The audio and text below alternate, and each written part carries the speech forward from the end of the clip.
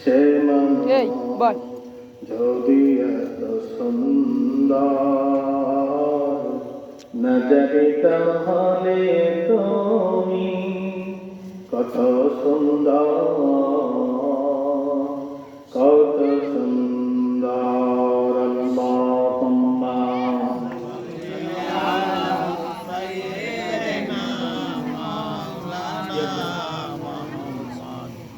وعلى آل سيدنا রসুল আমার ভালোবাসা, রসুল আমার আলো আশা, রসুল আমার প্রেম বিরহের মূল আলোচনা, রসুল আমার কাজে কর্মের অনুপ্রেরণা। আল্লাহুম্মা সাইয়্যিদিনা মাওলানা মুহাম্মদ ওয়া আলা আলি সাইয়্যিদিনা মাওলানা মুহাম্মদ। বালাগাল উলা বিকামালিহি কাশাফাত দুজা বিজামালিহি حسنت جميع خصابه صلى عليه। मुझे कुछ मिले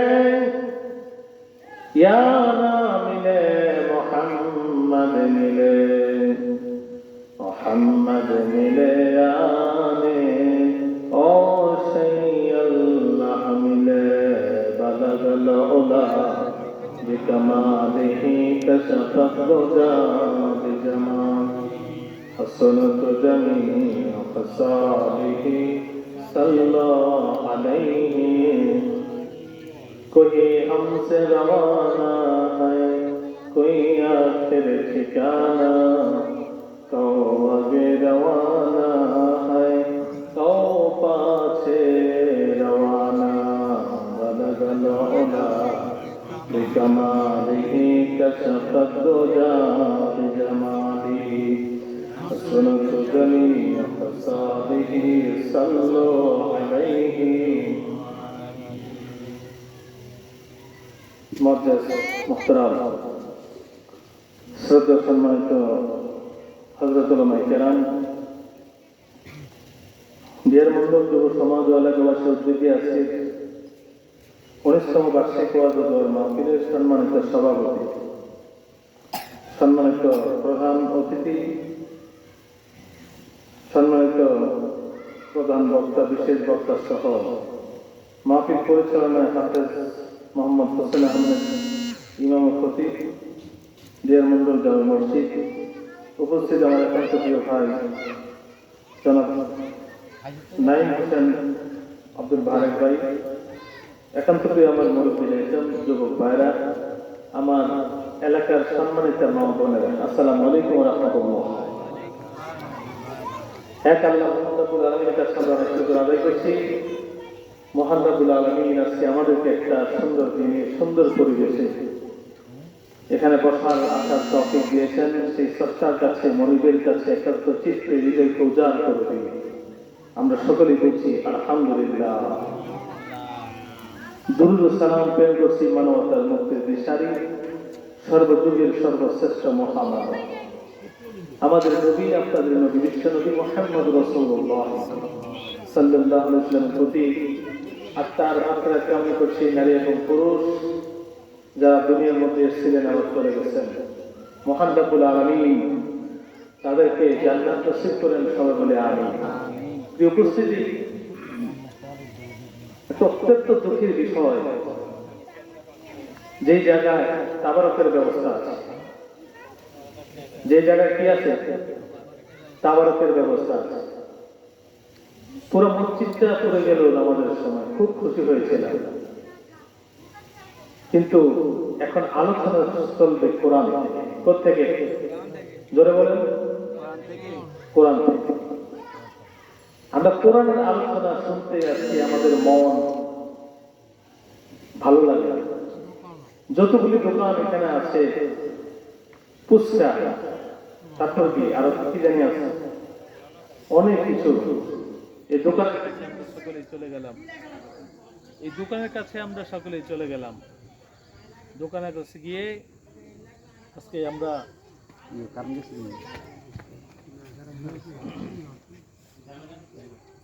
আল্লাহুম্মা সাল্লি আলা মাওলানা মুহাম্মাদ ওয়া আলা আলি মাওলানা মুহাম্মাদ। প্রিয় উপস্থিতি, আমরা দুনিয়ার পেশানে সবাই মশগুল। এই এলাকার মধ্যে যতগুলি ঘর আছে প্রত্যেক ঘর থেকে যদি একজন করে লোক আসতো আপনাদের এই ঈদগাহ ময়দান মসজিদের সামনে, জায়গা হতো কি? জায়গা হতো। আলোচনা করলে লোক লাগে, কি লাগে? লোক লাগে। আমরা এমন পর্যায়ে চলে গেছি তারপর কাছে যেখানে আমরা আছি সেখানে, ঠিক না? এই মাহফিল গুলাতে আজকে আমরা এমন একটা অবস্থায় আমরা চলে গিয়েছি যে অবস্থাটা হচ্ছে মানুষের মন করা, ইচ্ছা হলে মাহফিলে গেলাম, ইচ্ছা হলে মাহফিলে গেলাম না। বাইরে আমার এই মাহফিল গুলার মধ্যে যদি আপনার নিয়ত যদি সহি না থাকে তাহলে আপনি কোনো নেক পাবেন না, কোনো সওয়াব পাবেন না, ঠিক না? এই কথা বলবেন না মুরব্বী, কথা বলবেন না। সবাই মানুষ নাই, সবাই কি মানুষ নাই। একদম যদি বাদাম খাই, পান চাবাই তাহলে অবস্থা খারাপ। প্রিয় ভাইরা আমার, আমরা মনে করতে হবে এলাকার মধ্যে যতগুলি মানুষ আছে সব মানুষ আসলে প্রকৃতপক্ষে ইমানদার হতে পারি নাই। তার কথা, যদি ইমানদার হতে পারতাম তাহলে আমরা আজকে আসর নামাজের পর থেকে শুরু করে আমরা এখানে এই মসজিদের মধ্যে, আমরা এই মাদ্রাসার সামনে, আমরা এই ঈদগাহ ময়দানের মধ্যে আলোচনা শোনার জন্য আমরা আসতে পারতাম, ঠিক না? আমরা শুধু তাবারক খাওয়ার পাগল। কিসের পাগল? তাবারকের পাগল। প্রধান বক্তা যখন এখানে আলোচনা করবে ওই সময় দেখবেন পাশাপাশি যে সব পর্দাগুলি দেওয়া আছে পর্দার কাপড়গুলো পর্যন্ত উঠে দিতে হবে, ঠিক না? কারণ হলো ওই সময় মানুষ বেশি থাকবে। বাড়ির মধ্যে যতগুলা নারী আছে, যতগুলা পুরুষ আছে, ছোট্ট বাচ্চার সহকারে সবাই বলবে আপনি তাড়াতাড়ি যান, তাড়াতাড়ি যান, প্যাকেট দিয়ে ফেলবে। আপনার বাচ্চাকে ঘুমের বাচ্চা সহকারে এখানে পাঠিয়ে দেওয়া হবে, বাচ্চা প্যাকেট পাবে সেই জন্য। কিন্তু প্রকৃতপক্ষে আমরা এই মাহফিল আঞ্জাম দেওয়ার জন্য, মাহফিল আসার জন্য, সওয়াবের উদ্দেশ্যে আমরা কোনো মাহফিল করতে পারি না, ঠিক না? এই হচ্ছে আমাদের অবস্থা। বাইরে আমার সময় মাত্র 1 ঘন্টা, 1 ঘন্টা থেকে 10 মিনিট চলে গেছে, মাত্র আছে 50 মিনিট। এই 50 মিনিটের মধ্যে কথাগুলি বলতে হবে। যদি মন দিয়ে শুনেন তাহলে আমরা যদি একটা কথাকে একটা হুজুর, দুজন হুজুর, 3 জন থেকে যদি 3টা কথা যদি পালন করতে পারি তাহলে আপনাদের জন্য আমাদের জন্য সফলতা হয়ে যাবে, ঠিক না? আর যদি আমরা না শুনতে পারি, শুধু আসলাম কোন হুজুরের কণ্ঠ কেমন, কে ভালো করে ওয়াজ করতে পারলেন, কে পারলেন না, কে হাসাইতে পারলেন, কে কাঁদাইতে পারলেন। আগামীকাল হুজুরের দোকানের সামনে বসে বসে কিছু লোক থাকবে, সেখানে বসে বসে শুধু গীবত গাবে। কি গাবে? গীবত গাইবে। রাজাপুরের হুজুর আসছিলেন, তিনি খুব ভালো বললেন। কুমিল্লার হুজুর আসছিলেন, তিনি হাসাইতে পারেন নাই। চাঁদপুরের হুজুর আসছেন, তিনি মাঝে মাঝে পাকনা পাকনা কথা বলছেন। এইসব কথাগুলো শুধু দোকানের পাশে বসে বসে কথা বলা হবে, ঠিক না? এরকম যদি নিয়ত থাকে তাহলে আমাদের ওয়াজ মাহফিল দরকার নাই। আর যদি সহি নিয়ত থাকে, ভালো নিয়ত থাকে, মাহফিলের মধ্যে আসবো, এখান থেকে 2-4টি কথা শুনবো। এই 2-4টা কথা শুনে যেন আমল করতে পারি, এবং আমল যদি করতে পারেন তাহলে আপনার কপাল ধন্য হয়ে যাবে। সুবহানাল্লাহ। ভাইরা আমার, যেই পবিত্র কোরআন কারীম থেকে একটি মাত্র আয়াতে কারিমা তেলাওয়াত করেছি, কয়টা?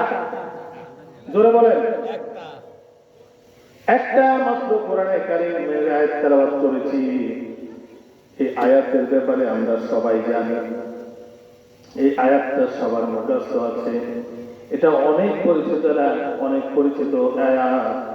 এই আয়াতটা হুজুরও জানে, বেহুজুরও জানে, যারা জানে যারা জানে না সবাই আমরা মুখস্থ পারি, ঠিক না? সে আয়াতটা কি? সে আয়াতটা হচ্ছে মিনহা খালাকনাকুম ওয়া ফিহা নুঈদুকুম ওয়া মিনহা নুখরিজুকুম তারাতান উখরা। কার কথা? ইমাম সাহেব যখন কোন মানুষ মরে যায়, কবরের পাশে দাঁড়িয়ে দাঁড়িয়ে চিৎকার দিয়ে তিনি বলে, সবাই পড়েন মিনহা খালাকনাকুম, ঠিক না? ইমাম সাহেব সহকারে, যারা কয়েকজন লোক জানে তারা সহকারে বলে, জোরে জোরে পড়েন মিনহা খালাকনাকুম। যে বলতে পারে না সে শুধু মাটি দিচ্ছে, মুঠি দিয়ে মাটি দিচ্ছে, আর ইমাম সাহেব জোরে জোরে চিৎকার দিয়ে বলছেন মিনহা খালাকনাকুম। আপনি কি জানেন এটার অর্থটা কি? আমি কি জানি এটার অর্থটা কি? এটা তো কবরের পাশে দাঁড়িয়ে চিৎকার দিয়ে দিয়ে বলার জন্য আয়াত নাযিল হয় নাই, ঠিক না? জোরে বলেন, আরো জোরে। এখান থেকে যদি আওয়াজটা মাইকের মধ্যে যায়, বাড়ি থেকে মানুষেরা বলবে, রাস্তা থেকে মানুষেরা বলবে, বাজার থেকে বলবে, মনে হয় মানুষ আছে। আর যদি আওয়াজটা মাইকের মধ্যে না আসে, তাহলে মানুষরা মনে করবে বিয়ার মন্দিরে শুধু মাহফিল দিল, আর ফুচকা যেখানে বিক্রি হয় বাদাম সহকারে সেখানে সব মানুষ, ঠিক না? প্রিয় ভাই আমার, এই আয়াতটা অনেক পরিচিত আয়াত। আমরা কি বলছি, মানুষটাকে কবরের মধ্যে রেখে আমরা কি বলতেছি, এটা শুধু যদি আমি জানতাম, এটা যদি জানতে পারতাম, অর্থটা যদি বুঝতে পারতাম, আমি মাটি দেওয়ার সময় নিজেই বেহুশ হয়ে যেতাম। আল্লাহু আকবার। কি হয়ে যেতাম? বেহুশ হয়ে যেতাম। এখানে বলা হচ্ছে কি মিনহা খালাকনাকুম, মিনহা, এই যে মাটি, কোন মাটি? যে মাটি আমি হাতে নিয়েছি, যে মাটিটা কি হাতে নিয়েছি। মিনহা খালাকনাকুম ওয়া ফিহা নুঈদুকুম ওয়া মিনহা নুখরিজুকুম তারাতান উখরা। তোমাকে এই মাটি থেকে সৃষ্টি করা হয়েছে, কার কথা? আরো জোরে। তোমাকে এই মাটি থেকে সৃষ্টি করা হয়েছে, আর এই মাটির ভিতরেই তোমাকে রাখা হলো। আজকে হবে, আজকে তোমাকে রাখা হলো। এমন একটা সময় সবারই চলে আসবে, নারী এবং পুরুষ পৃথিবীর কেউ কাউকে চিনবে না, ঠিক না? একই খেতার নিচে স্বামী স্ত্রী ঘুমায়, একই খেতার নিচে স্বামী ঘুমায়, স্ত্রী ঘুমায়, কিন্তু যখন স্বামী রুহটা মাত্র চলে গেল, স্ত্রী বলে আর পাশে রাখেন না, ঠিক না? আর পাশে রাখেন না আমার। অথচ একটু আগে তিনি গলায় জড়িয়ে ঘুমাইছিলেন, তার ভিতর থেকে রুহ নামে যে একটা কম্পমিত জিনিস, যেই জিনিসটা প্রতি মিনিটে, প্রতি 24 ঘন্টায় 22,000 অক্সিজেন নিতে হয়। কয় হাজার? 22,000 অক্সিজেন। একটা লোক যদি অক্সিজেন থেকে দূরে থাকে, অক্সিজেন নিতে পারে না, শ্বাস প্রশ্বাস নিতে পারে না, 5 ঘন্টার জন্য যদি আপনি ডাক্তারখানায় নিয়ে যান, অনেক রোগীদেরকে দেখবেন অক্সিজেন দিয়ে ডাক্তারখানায়, হাসপাতাল নিয়ে যায়, ঠিক না? যখন হাসপাতাল নিয়ে যায়, নেওয়ার পরে এই অক্সিজেন থেকে তার জন্য যে একটা বিজেট আছে, যে একটা টাকা আছে, 5,000 বা 10,000, আপনি কি চিন্তা করছেন 5 ঘন্টার জন্য যদি অক্সিজেন ব্যবহার করে 10,000 টাকা চলে আসে? আপনি যে 24 ঘন্টা আল্লাহ অক্সিজেন নিচ্ছেন, আপনি শ্বাস নিচ্ছেন, প্রশ্বাস নিচ্ছেন, শ্বাস ছেড়ে নিচ্ছেন, প্রশ্বাস নিচ্ছেন, এই যেভাবে করে আপনি যা কিছু করতে পারলেন, এটা 24 ঘন্টার মধ্যে যেন 22,000 অক্সিজেন আপনি নিলেন, আপনি কি চিন্তা করেছেন আল্লাহকে আপনি কত টাকা দিলেন? আমরা টাকা দিয়েছি কোনো কিছু? কোনো কিছু নেই নাই, শুধু আল্লাহ চাচ্ছেন আমার কপাল আর নাক। সুবহানাল্লাহ। কি চাচ্ছেন? কপাল আর নাক। এই কপালের মালিক কে? এই নাকের মালিক কে? এই ঠোঁট এবং জিহ্বার মালিক কে? আল্লাহ যদি হয়ে থাকেন, শুধু আল্লাহ তাআলা বলেন, হে বান্দা, তুমি শুধু আমাকে মসজিদে হোক, বাড়িতে হোক, জমিনে যেই কোনো জায়গায় হোক, তোমার নাকটা, তোমার কপালটা আমার কুতুতে পায়ে লাগিয়ে দাও। তুমি লাগাইতে দেরি আছে, আমি আল্লাহ খুশি হইতে একটু দেরি হয় না। আল্লাহ। প্রিয় ভাইরা আমার, এই আয়াতটা তো সকলের আমাদের মুখস্থ। আমরা কি বলতেছি? যখন আমরা মাটি মুছতে নিয়ে বললাম মিনহা খালাকনাকুম, আল্লাহ তাআলা বলেন এই মাটি থেকেই তোমাকে সৃষ্টি করা হয়েছে। এটা যদি আপনি বলেন সওয়াব হবে, কিন্তু এটা যদি না বলেন কোনো গুনাহ নেই। মাটি দিতে যায়া কোন লোককে যখন মাটি দিবেন, নারী এবং পুরুষকে, যদি আপনি না বলতে পারেন, আপনার কোনো কি নাই? জোরে বলেন, গুনাহ নাই। কিন্তু যদি আপনি বলার পরে অনুতপ্ত করেন, অনুশোচনা করেন যে আমাকে বানানো হয়েছে মাটি থেকে, আল্লাহ আপনাকে আঙ্গুল দিয়ে দেখে দিচ্ছেন, হে পৃথিবীর মানুষ, এই লোকটাকে তুমি মাটি দিচ্ছ, তুমি নিজে চিন্তা করো তুমি কি বলতেছো। সুবহানাল্লাহ। অথচ আমরা মনে করি, আজকে আমরা খুব মনে করি যে হারে মাটি চিৎকার দিয়ে দিতে হবে মিনহা খালাকনাকুম বলে। আসলে চিৎকার দিয়ে মাটি দেওয়ার জন্য এই আয়াত নাজিল হয় নাই, ঠিক না? এই আয়াত নাজিল হয় নাই। এই আয়াত নাজিল হয়েছিল ভাইরা আমার, আপনাকে আল্লাহ তাআলা আঙ্গুল দিয়ে দেখে দিচ্ছেন যে হে মানুষ, দেখো এই যে তোমার এই মাটি থেকে তৈরি করা হলো, আবার এই মাটির ভিতরে তোমাকে ঢোকানো হবে। কোন মাটি? এই মাটির ভিতরে, এই মাটির ভিতরে তোমাকে ঢোকানো হবে। وَمِنْهَا نُخْرِجُكُمْ تَارَةً أُخْرَى। আবার এমন একটা সময় আসবে যেই সময় তোমাকে মাটির ভিতর থেকে আবার উঠানো হবে। উঠানো হবে কিনা? সেই সময়ের নাম কি? সেই সময়ের নাম কি? কিয়ামত। ইযাস সামাউ ফাতারাত ওয়া ইযাল কাওয়াকিবু তাসারাত ওয়া ইযাল বিহারু ফুজ্জিরাত ওয়া ইযাল কুবুরু বুসিরাত। এমন একটা সময় আসবে, সেই সময় যখন আকাশটা ভেঙে চুরে চুরমার হয়ে যাবে, বিচ্ছিন্ন হয়ে যাবে। ইযাস সামাউ ফাতারাত ওয়া ইযাল কাওয়াকিবু তাসারাত। যতগুলি তারকা তোমরা আকাশে দেখতে পাচ্ছ, এই তারকাগুলি কি যে অবস্থা হবে, সেই সময় দৌড়াদৌড়ি করতে থাকবে। এই যখন দৌড়াদৌড়ি করতে থাকবে, এই পৃথিবীর থেকে লক্ষ লক্ষ গুণে গুণে বড় হচ্ছেন একটা তারা। সুবহানাল্লাহ। এই তারা থেকে আবার সূর্যটা হচ্ছে কয়েক লক্ষ গুণ বড়। আল্লাহু আকবার। এরপরে এটা হচ্ছে মাত্র একটা পৃথিবী, একটা স্যাম্পল। এটা কি? এটা একটা, এই পৃথিবীটা হচ্ছে একটা স্যাম্পল। স্যাম্পল মানে এটাকে দেখে, এটা দেখে দেখে মানুষ দোকানের সামনে দেখবেন, কিছু দোকানের মধ্যে, দোকানের পাশে অনেক যে যেটা বিক্রি করে, কেউ জুতা বিক্রি করে, কেউ কাপড় বিক্রি করে, আছে না? সেখানে সামনে রাখে, জুতা পায়ে দিয়েছে কিন্তু লাগে না, জুতার নাম্বার হচ্ছে 7 নাম্বার, কিন্তু তার পা অনেক বড়। বড় হওয়ার কারণে হইলে 8 নাম্বার লাগবে, নাহলে কত? 9 নাম্বার লাগবে। দোকানদার বলতেছে আপনি শুধু পছন্দ করেন, কি করেন? আপনি শুধু পছন্দ করেন, এখানে আছে জুতা, এখানে আছে পাঞ্জাবি, যেটা দরকার সেটা পছন্দ করেন। পছন্দ করার পরে আমাদের মধ্যে যে একটা গোডাউন আছে, সেই গোডাউনের মধ্যে থেকে আপনাকে দেওয়া হবে। সুবহানাল্লাহ। তার মানে হলো ভাইরা আমার, এখানে শুধু স্যাম্পল রাখা হয়,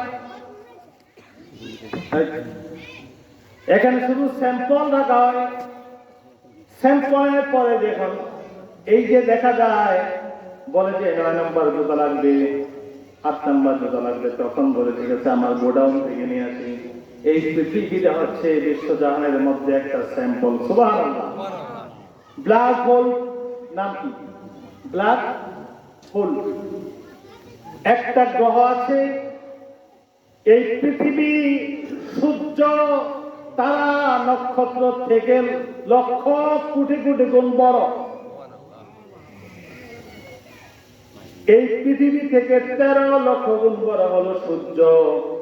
এই সূর্যটা যখন আপনাকে আলো দিচ্ছে প্রতি সেকেন্ডে সূর্য থেকে আলো আসে মাত্র, আলো পৃথিবীর মধ্যে আসে 8 সেকেন্ড সময় লাগে। কত সেকেন্ড? 8 সেকেন্ড। কতটুকু? আপনি 3টা শব্দ শুধু বলতে পারবেন, আল্লাহ আল্লাহ আল্লাহ, সুবহানাল্লাহ বলেন। বাইরে আমার এরকম বিশাল বিশাল বিশাল তারা, নক্ষত্র, সূর্যকে গিলে ফেলতে পারবে একটা গ্রহের নাম হচ্ছে ব্ল্যাক হোল।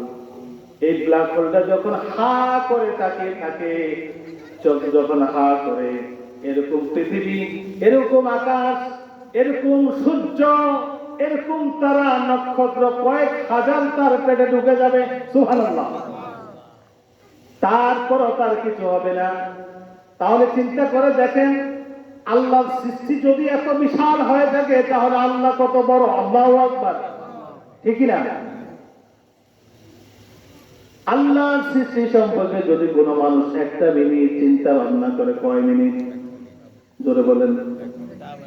একটা মিনিট যদি চিন্তা করে আল্লাহ তাআলার সৃষ্টিটাকে নিয়ে, বিশ্বনবী বলেন মুহাম্মদ রাসূলুল্লাহ সাল্লাল্লাহু আলাইহি ওয়াসাল্লাম, একটা মানুষ যদি একটা মিনিট চিন্তা করে তাহলে তার 60 বছর পর্যন্ত নফল ইবাদত করতে গিয়ে যতটুকু সওয়াব হয়, যতটুকু নেক হয়, একটা মিনিট আল্লাহ সম্পর্কে চিন্তা করলে তার আমলনামে আল্লাহ নেক দিয়ে দেয়।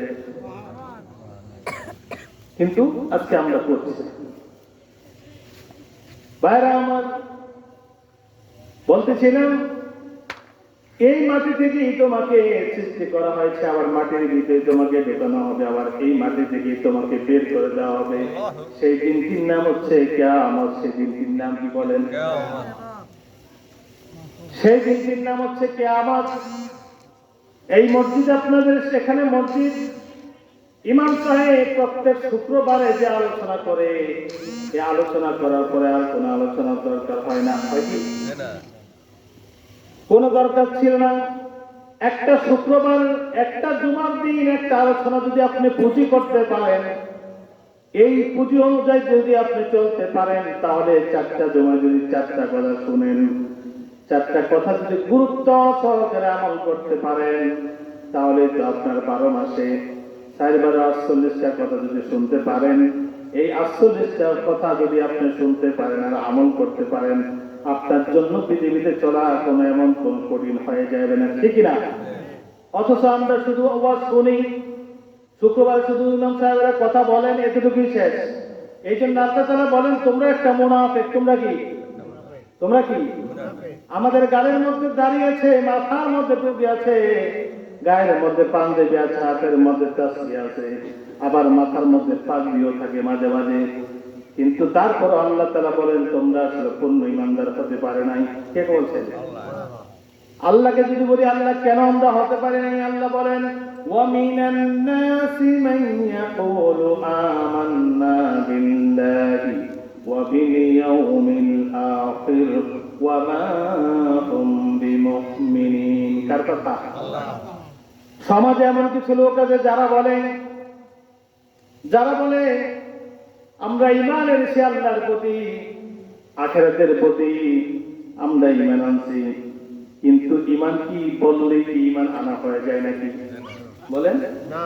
আমাদের ঈমান আর সেই যুগের ঈমান যারা এনেছিলেন কত পার্থক্য! আল্লাহু আকবার বলেন। আব্দুল উজ্জা নামে একজন সাহাবী ছিল, নাম কি? জোরে বলেন। আব্দুল উজ্জা মাহফিলের মধ্যে যদি আসেন, এক একজন আলেম থেকে একটা করে যদি শিখে যেতে পারেন, সেই অনুযায়ী চলতে পারেন, তাহলে তো আপনার কপাল ধন্য হয়ে যাবে, ঠিক না?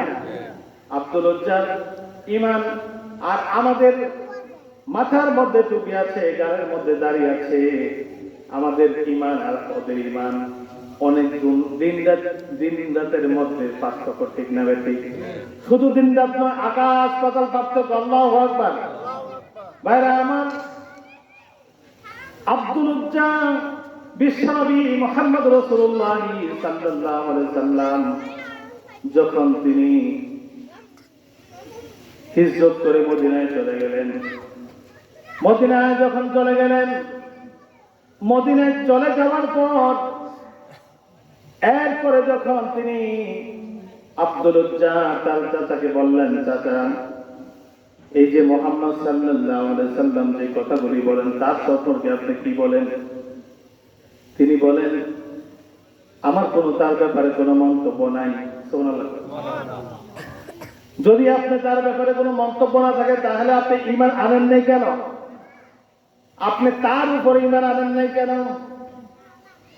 তিনি বললেন, ভাতিজা কি বলতে চাও?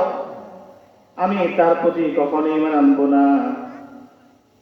ভাতিজা বলল, চাচা যদি আপনার মন্তব্য যদি না থাকে, আপনার কাছে তো আমি লালন পালন হয়েছি, আমার বাবা মরে গেছে, আমার মা আপনার কাছে লালন করার জন্য, পালন করার জন্য আপনার কাছে দিছে। হে চাচা, আপনি বলেন, আপনি যদি বিশ্ব নবীর উপরে যদি কোনো মন্তব্য না থাকে তাহলে আপনি ঈমান আনেন নাই কেন? তিনি বললেন, আমি ঈমান আনবো না। আব্দুল উজ্জা বলেন, চাচা আপনাকে সাক্ষী করে বলছি, আমি মনে করছি এতদিন আপনি ঈমান আনবেন, আমিও ঈমান আনবো, কিন্তু আজকে যেহেতু আপনি বলছেন ঈমান আনবেন না, তাহলে আজকে আমি আপনার সামনে বলে দিয়েছি লা ইলাহা ইল্লাল্লাহু মুহাম্মাদুর রাসূলুল্লাহ সাল্লাল্লাহু আলাইহি ওয়াসাল্লাম। ভাতিজা তুমি কি জানো তার পরিণতি কি? আব্দুল উজ্জা বলেন, চাচা কি বলবেন বলেন। আমি ঈমান এনেছি, যেহেতু আপনি ঈমান আনেন নাই, বিশ্ব নবীর উপরে আমি ঈমান এনেছি। তিনি বলেন, চাচা তোমার এই ভাতিজা তোমার এর পরিণতি কি তুমি জানো? না, আমি জানি না। তোমার যত সম্পদ আছে আমি সব সম্পদ তোমাকে দিয়েছি। হ্যাঁ ঠিক আছে, দিয়েছেন, আমাকে সব কিছু দিয়েছেন, কিন্তু বলো হে ভাতিজা তুমি ঈমান আনার কারণে তোমার সম্পদ আমি সব কিছু নিয়ে যাব। আব্দুল উজ্জা বললেন, ইয়া চাচা আমার কোনো ভয় লাগে না, আপনি সব সম্পদ নিয়ে যান, তোমার গায়ের মধ্যে যে পাঞ্জাবিটা আছে সেটাও আমি নিয়ে যাব। আব্দুল উজ্জা বললেন, দিয়ে যান, নিয়ে যান আমার গায়ের থেকে পাঞ্জাবিটা। তার চাচা বললেন, শুধু তাই না, তোমার গায়ের মধ্যে যে লঙ্গিটা আছে সেই লঙ্গিটা সহকারে দিতে হবে। তিনি বললেন, চাচা কোনো আপত্তি নেই, নিয়ে যান। চাচা যখন তার ভাতিজা লঙ্গিটা পর্যন্ত নিয়ে গেলেন, সম্পদ পর্যন্ত নিয়ে গেলেন, এই ভাতিজা এখন এই লজ্জাস্থানকে নিয়ে তার এইভাবে তেমনি ভাবে বলছেন, তেমনি ভাবে তার মার কাছে দৌড়ে চলে গেলেন। তার মার কাছে গিয়ে বললেন, তার মা নিচের দিকে চোখটা রেখে বললেন, বাবা তোমার এই অবস্থা কেন? তিনি বললেন, মা যেই নবীর উপরে ঈমান আনার কারণে আমার সব কিছু আমার চাচা আমার কাছ থেকে কেড়ে নিলেন। হে মা, তোমার কাছে কোনো কিছু কাপড়ের টুকরা আছে কিনা? মা বললেন, বাবা তুমি দাঁড়াও, একটা ছেঁড়া কম্বল আছে, এই কম্বলটা তোমাকে আমি পরিয়ে দেই। একটা ছেঁড়া কম্বলটাকে দুইটি ভাগ করা হলো। দুইটা ভাগ করার পরে যখন তাকে দেওয়া হলো, তখন একটা পথে দিলেন, আরেকটা গায়ের মধ্যে দিলেন, একটা গায়ের মধ্যে বেশি পারলেন না, আরেকটা সতরের মধ্যে টানাটানি করে দেওয়া হলো। আব্দুল উজ্জামাকে বললেন, মা ঈমান আনার কারণে যে সাসার থেকে আমি লঙ্গিটা পর্যন্ত আনতে পারিনি, আমি এখন মদিনায় চলে যাবো, আমার জন্য দোয়া করবেন। মা বললেন, ঠিক আছে বাবা তুমি চলে যাও বিশ্বনবীর কাছে। বিশ্বনবীর কাছে আব্দুল উজ্জা তিনি চলে গেলেন। মসজিদে নববীর সামনে গিয়ে দেখেন বিশ্বনবী বসা। তিনি বললেন, তখন বসা অবস্থায় একজন আল্লাহ রাসূল সাল্লাল্লাহু আলাইহি ওয়াসাল্লাম আব্দুল উজ্জাকে দেখে বললেন, তোমার এই অবস্থা কেন? তিনি বললেন, ইয়া রাসূলুল্লাহ আপনার উপরে ঈমান আনার কারণে আমি আমার চাচার কাছ থেকে আমি পরনের লুঙ্গিটা পর্যন্ত আনতে পারি নাই ইয়া রাসূলুল্লাহ। এই কথা বলার পরে বিশ্বনবী বললেন, হে চাচা হে আব্দুল উজ্জা, তোমার আজকে থেকে আব্দুল উজ্জা না, তোমার আজকে থেকে আমি নাম পরিবর্তন করে দেন আব্দুল্লাহ। সুবহানাল্লাহ। আল্লাহর কাছে সবচেয়ে প্রিয় দুইটা নাম কয়টা? সবচেয়ে প্রিয় নাম হচ্ছে আল্লাহর নামে নামে নাম আব্দুল্লাহ, আর হচ্ছে আব্দুর রহমান। সুবহানাল্লাহ। বিশ্বনবী বললেন, তোমাকে আজকে আমি নাম রেখে দিলাম আব্দুল উজ্জা বাদ দিয়ে আব্দুল্লাহ। সেখানে আহলে সুফার মধ্যে তাকে দেওয়া হলো। বিশ্বনবী বললেন, হে আহলে সুফার লোকেরা, তোমরা সবাই আব্দুল উজ্জা বলে নাম দেবো না, আজকে থেকে আব্দুল্লাহ বলে ডাকবে। আর তোমরা তোমাদের কাছে তাকে রেখে গেলাম, তোমরা তাকে কোরআন শরীফ শিক্ষা দাও। সুবহানাল্লাহ। কোরআন শরীফ শিক্ষা দাও। কোরআন শরীফ শিক্ষা দিতে গিয়ে রাত্রে বেলা আহলে সুফার সব লোকেরা ঘুমিয়ে পড়েন, কিন্তু আব্দুল্লাহ রাত্রে বেলা জোরে জোরে জোরে জোরে কোরআন তেলাওয়াত করতে থাকেন। বিশ্বনবী যখন কাছে আসেন, সব সাহাবারা ডেকে বলেন, ইয়া রাসূলুল্লাহ, আব্দুল্লাহর কোরআন তেলাওয়াতের জন্য আমরা ঘুমাইতে পারি নাই, আমরা প্রতিদিন তার চিৎকারের খেলায় আমরা ঘুমাতে পারিনি ইয়া রাসূলুল্লাহ। বিশ্বনবী বললেন, হে সাহাবারা, হে আহলে সুফার লোকেরা, শুনো, তোমরা ঈমান এনেছো এমনি ভাবে, কিন্তু আমার আব্দুল্লাহ যখন ঈমান আনছে, আমার আব্দুল্লাহ ঈমান আনতে গিয়ে পরনের লুঙ্গিটা পর্যন্ত আনতে পারে নাই। সুতরাং আমার আব্দুল্লাহকে তোমরা কিছু বলো না, সে যেমনি ভাবে ইচ্ছা তেমনি ভাবে কোরআন তেলাওয়াত করো, তাকে তোমরা কোনো নিষেধ করো না। সুবহানাল্লাহ। একটু জিকির করুন, লা ইলাহা ইল্লাল্লাহ, লা ইলাহা ইল্লাল্লাহ, লা ইলাহা ইল্লাল্লাহ, লা ইলাহা ইল্লাল্লাহ, মুহাম্মাদুর রাসূলুল্লাহ। ভাইরা আমার, হে আব্দুল্লাহ যখন কোরআন তেলাওয়াত করতে লাগলেন, তাবুক যুদ্ধের সময় হয়ে গেল। বিশ্বনবী বললেন, কে কোথায় আছো? তোমরা সবাই তাবুক যুদ্ধের জন্য, রোমদের জন্য, যুদ্ধের জন্য প্রস্তুতি গ্রহণ করতে হবে। যার যেটা আছে তোমরা তাড়াতাড়ি এখানে জমা দাও। যার যার অনুযায়ী, যার যার তৌফিক অনুযায়ী তিনি এনে দিলেন। কিন্তু আব্দুল্লাহ তিনি কিছু আনতে পারলেন না, তাবুক যুদ্ধের মধ্যে চলে যাবেন। এমন সময় দেখা গেল তিনি বললেন, ইয়া রাসূলুল্লাহ, যে যা পারলো সে অনুযায়ী দিয়ে দিলেন, কিন্তু আমি আব্দুল্লাহ কিছু দিতে পারি না। আমাকে শুধু দোয়া করে দেন, আমি যেন তাবুক যুদ্ধের ময়দানে গিয়ে আমি যেন শহীদ হয়ে যাই। বিশ্বনবী বললেন, হে আব্দুল্লাহ, তুমি একটা গাছের বাকল আনো। বাকল আনা হলো। বাকলের মধ্যে তিনি বিশ্বনবী ফু দিয়ে তাকে দিয়ে দিলেন। বলা হলো তোমার কাছে থাকো, তোমার কাছে থাকো, তোমার জন্য আমি তোমার রক্ত আল্লাহর কাছে আমি হারাম করে দিলাম। তুমি যুদ্ধে যাবে, কিন্তু তোমার জন্য কোনো এই তোমার রক্ত তোমাকে কেউ শহীদ করতে পারবে না। এই কথা বলার পরে আব্দুল্লাহ হাওমাও করে কেটে দিলেন। বললেন, ইয়া রাসূলুল্লাহ, আমি যুদ্ধের ময়দানে গিয়ে শহীদ হতে চাই, আর আপনি আমার জন্য রক্তকে হারাম করে দিলেন। বিশ্বনবী বললেন, হে আব্দুল্লাহ, তোমার যুদ্ধের ময়দানে পর্যন্ত যেতে হবে না, তুমি যদি পারো তুমি এমনি থাকো, কিন্তু কয়েকদিন পরে যদি তোমার জ্বর হয়, জ্বর হওয়ার পরে যদি তুমি দুনিয়া থেকে চলে যাও, তাহলে আমি দোয়া করবো তোমাকে যেন আল্লাহ শহীদ হিসাবে কবুল করে নেয়। ভাইরা আমার, তাবুক যুদ্ধ শেষ হয়ে গেল। এর এক সপ্তাহ পরে খবর চলে আসছে বিশ্বনবীর কাছে, আব্দুল্লাহ দুনিয়ার মধ্যে নাই। এই কথা বলার পরে জিজ্ঞেস করা হলো, কেন, তার কি হয়েছে? বলা হলো, জ্বর হয়েছিল। কি হয়েছিল? জ্বর হয়েছিল। বিশ্বনবী বললেন, তাকে দাফনের ব্যবস্থা করো। দাফনের ব্যবস্থা যখন করা হলো, রাত্রেবেলা দেখা গেল একজন লোক, দুইজন লোক তাদের মধ্যে ভর করে তাকে কবরের কাছে নিয়ে আসছেন। একজন মানুষ কবরের নিচে দাঁড়িয়ে আছেন, আরেকজন লোক রাত্রেবেলা টিপটিপ করে আওয়াজ আলো আলো দেখা যাচ্ছে।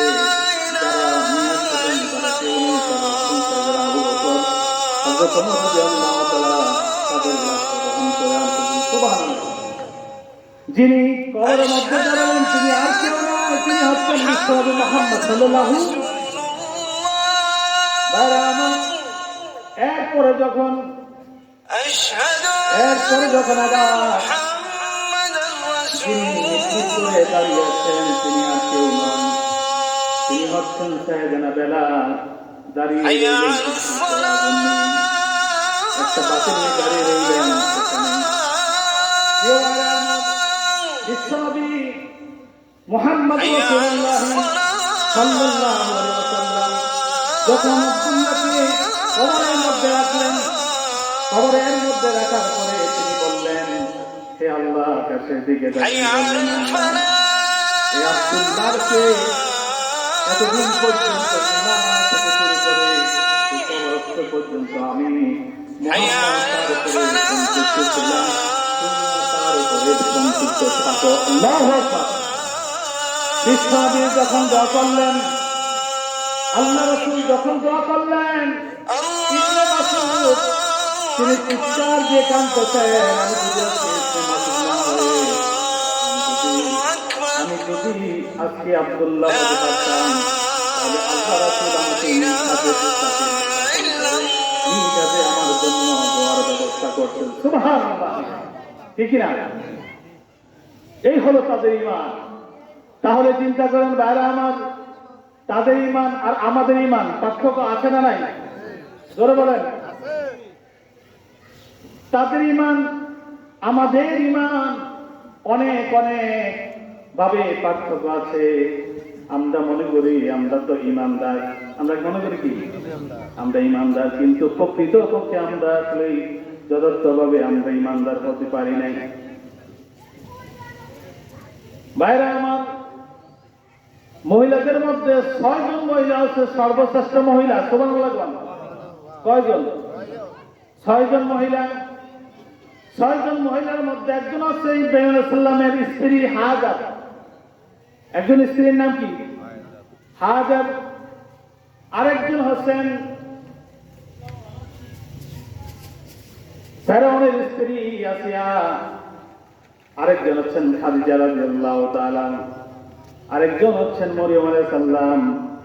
আরেকজন হচ্ছেন আয়েশা রাদিয়াল্লাহু তাআলা। আরেকজন হচ্ছেন ফাতেমা রাদিয়াল্লাহু তাআলা। সুবহানাল্লাহ। কয়জন নারী? 6 জন নারী সর্বশ্রেষ্ঠ। সর্বশ্রেষ্ঠ দিক থেকে তাদের মর্যাদা, তারা জান্নাতি। সুবহানাল্লাহ।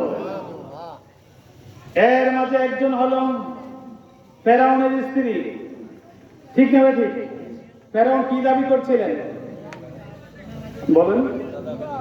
ফেরাউন খোদা দাবি করছিলেন, নিজে আল্লাহ দাবি করছিলেন, নিজে বলছিলেন যে আমি সব, এটা তিনি দাবি করছিলেন। বাইরে আমার অল্প কিছুক্ষণ থাকেন, একটু মন দিয়ে কথা শুনেন। সেই কথাটা হলো ফেরাউন স্ত্রীর নাম আসিয়া। এই আসিয়ার ঈমান আর আসিয়ার সাথে যে আরেকজন মহিলা আছে, আরেকজন মহিলার নাম হলো ফেরাউনের অর্থমন্ত্রীর স্ত্রী। ফেরাউনের অর্থমন্ত্রীর স্ত্রী মুসা আলাইহিস সালাম হলেন সেই ঘরেই লালন পালন করেছেন কে? জোরে বলেন। আল্লাহ লালন পালন করেছেন। আল্লাহ লালন পালন করেছেন। ফেরাউনের ঘরে মুসাকে আল্লাহ লালন পালন করেছেন, ব্যবস্থা করে দিয়েছেন কে বলেন? খোদার কুদরত বোঝা যায় না, আমরা মানুষে বুঝতে পারি না। ঠিক না? এত সুন্দর করে লালন পালন করেছেন, আমরা কোনো কিছু বুঝতে পারি নাই। তো জিজ্ঞেস করেন লা ইলাহা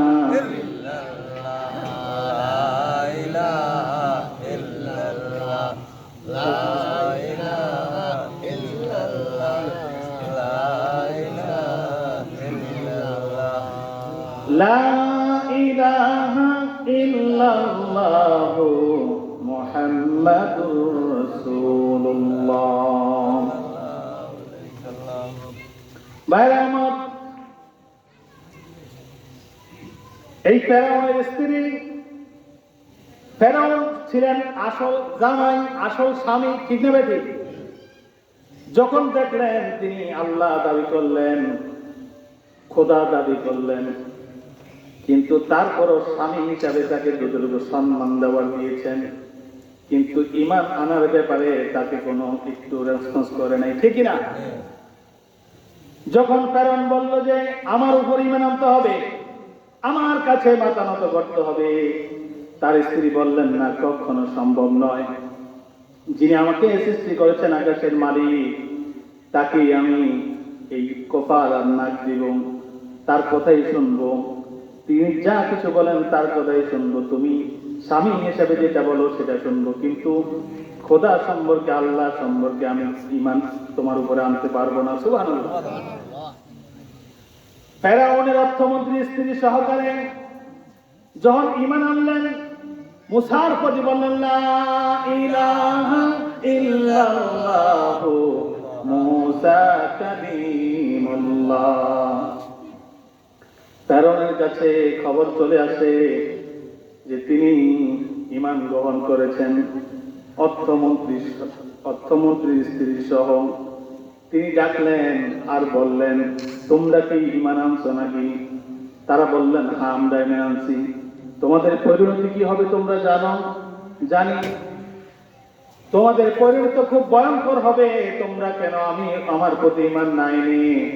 তাদের প্রতি ঈমান আনলাম, আল্লাহর প্রতি কেন ঈমান আনলাম? তিনি বললেন, যা হবার হবে, কিন্তু তারপর আপনার কাছে আমরা মাথা নত করব না।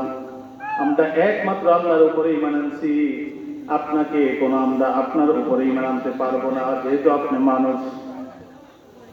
তিনি বললেন, হে সৈন্য সামন্তরা, কোথায় আছো? তাড়াতাড়ি আসো, বড় একটা ডেকের ব্যবস্থা করো, একটা কয়লার ব্যবস্থা করো, সেখানে তোমরা তৈলগুলি গরম করো। অর্থমন্ত্রী স্ত্রীকে বলল, তোমার কলেজের মধ্যে যে বাচ্চা আছে, সেই বাচ্চাটাকে এখন তেলের মধ্যে ফেলে দেওয়া হবে, এখনো সময় আছে, তুমি ঈমান ছেড়ে দাও। অর্থমন্ত্রী স্ত্রী বললেন, না হে ফেরাউন, আমি কখনো এটা করতে পারবো না। আমি একমাত্র আল্লাহর উপরে ঈমান আনছি আর মুসা আলাইহিস সালামের প্রতি ঈমান আনছি। সুবহানাল্লাহ। আমি কখনো এটা বিক্রি করতে পারবো না। আমার জীবন চলে যেতে পারে, আমার সন্তান চলে যেতে পারে, আমি এটা কখনো দিব না। ফেরাউন বললেন, তোমার কোলের যে একটা বাচ্চা আছে, ছোট্ট বাচ্চা, এই বাচ্চাটাকে তেলের মধ্যে ফেলে দেওয়া হবে। অর্থমন্ত্রী স্ত্রী বললেন, ফেলে দেন, আমার কোনো কিছু করা সম্ভব হবে না, আকাশের মালিকের উপরে সবকিছু ছেড়ে দিলাম।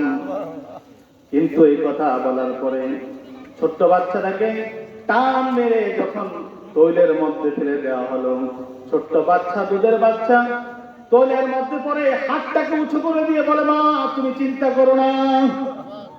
চিৎকার দিয়ে বলে, মা এখানে শান্তির জায়গা, এই ফেরাউনের কথা তুমি শুনবা না মা, তুমি এখানে এসে দেখো গো মা, আল্লাহ তাআলা কত সুন্দর ভাবে এখানে শান্তির ব্যবস্থা করে রেখে দিয়েছেন।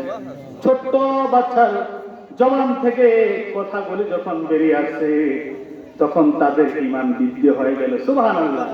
ইন্নামাল মুমিনুনা আল্লাযীনা ইযা যুকিরাল্লাহু ওয়াসিলাত কুলুবুহুম ওয়া ইযা তুলিয়াত আলাইহিম আয়াতুহু যাদাতুহুম ঈমানা। সুবহানাল্লাহ।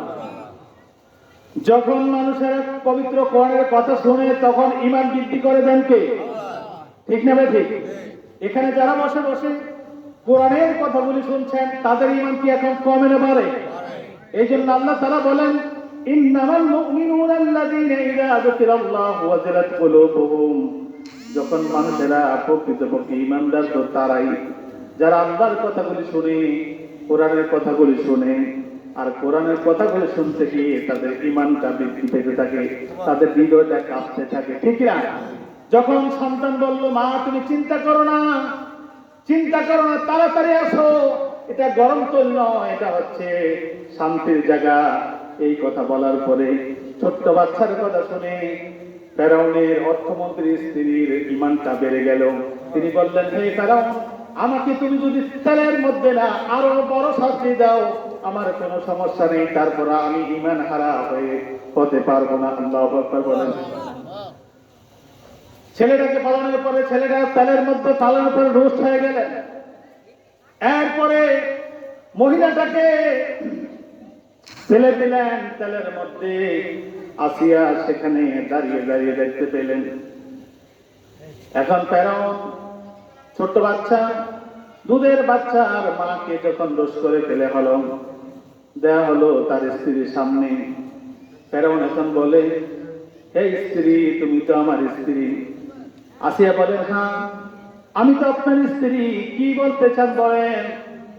এখন তো দেখলা ছোট বাচ্চাটা তেলের মধ্যে ফেলে রোস্ট করে দেওয়া হলো, অর্থমন্ত্রীর স্ত্রীকে তেলের মধ্যে ছেড়ে রোস্ট করে দেওয়া হলো। এখন তোমার পালা, তুমি এখনো সময় আছে, তুমি আমার প্রতি ঈমান আনো। কে বলছেন? কে বলছেন? ফেরাউন। এই কথা বলার পরে স্ত্রী আসিয়া বললেন, হে ফেরাউন, তুমি আমার স্বামী হতে পারো, স্বামী হিসাবে যতটুকু সম্মান তোমাকে দেওয়ার আমি দিচ্ছি, কিন্তু ঈমানের ব্যাপারে তোমার কাছে আমি বাজে কিছু করতে পারবো না। আমি এই ঈমান বিক্রি করতে পারবো না। যার প্রতি ঈমান এনেছি তিনি হচ্ছেন আমার আল্লাহ, আর যার প্রতি ঈমান এনেছি তিনি হচ্ছেন মুসা কালিমুল্লাহ। সুবহানাল্লাহ। ফেরাউন চিৎকার দিয়ে বললেন, হে আসিয়া, তুমি কি জানো এর পরিণতি কি হবে? এইটা বলার পরে স্ত্রী বললেন, কি হবে হোক, আমি তোমার কাছে কপাল নত করতে পারবো না, আমি তোমার কাছে মাথা নত করতে পারবো না, আমাকে যা করার তুমি করো। ফেরাউন সৈন্যদেরকে ডাক দিয়ে বললেন, হে সৈন্যরা, আমার স্ত্রী আসিয়ার কাপড় টেনে নাও, কাপড় টেনে নাও। স্ত্রী বললেন, ফেরাউন সব কিছু করার সমস্যা নেই, কিন্তু তুমি আমার কাপড়টা খুলে দিও না। ফেরাউন বললেন, তুমি যদি আমার প্রতি ঈমান আনো, তোমার আল্লাহর প্রতি ঈমানটা ছেড়ে দিতে পারো, তাহলে তোমার কাপড় নিব না। আসিয়া বললেন, তুমি সব কিছু করতে পারো, কিন্তু আমি আল্লাহর কাছে ঈমান হারা হতে যেতে চাই না, আমি ঈমান হারা হব না। হে ফেরাউন, তুমি যা ইচ্ছা করো, কিন্তু আমার এই কাপড় আছে, তুমি যদি খুলে নিতে চাও খুলে নাও, কিন্তু তারপর তোমার কাছে আমি মাথা নত করবো না। আল্লাহু আকবার। এই কথা বলার পরে ফেরাউন বললেন, তার কাছ থেকে তুমি কাপড়টা ছেড়ে নিয়ে আসো। আসিয়ার কাপড় কেড়ে নেওয়া হলো। আকাশের দিকে তাকিয়ে বললেন, ইয়া আল্লাহ, ঈমান আনার কারণে আমার গায়ের কাপড়টা পর্যন্ত দেখে না গো আল্লাহ। ও আল্লাহ, এই ফেরাউন থেকে আমাকে তুমি মুক্ত করে দাও। এই কথা বলার পরে যখন তিনি বললেন, বলার পরে আকাশের দিকে তাকিয়ে বললেন, আল্লাহ, এই ফেরাউন থেকে আমাকে বাঁচাও।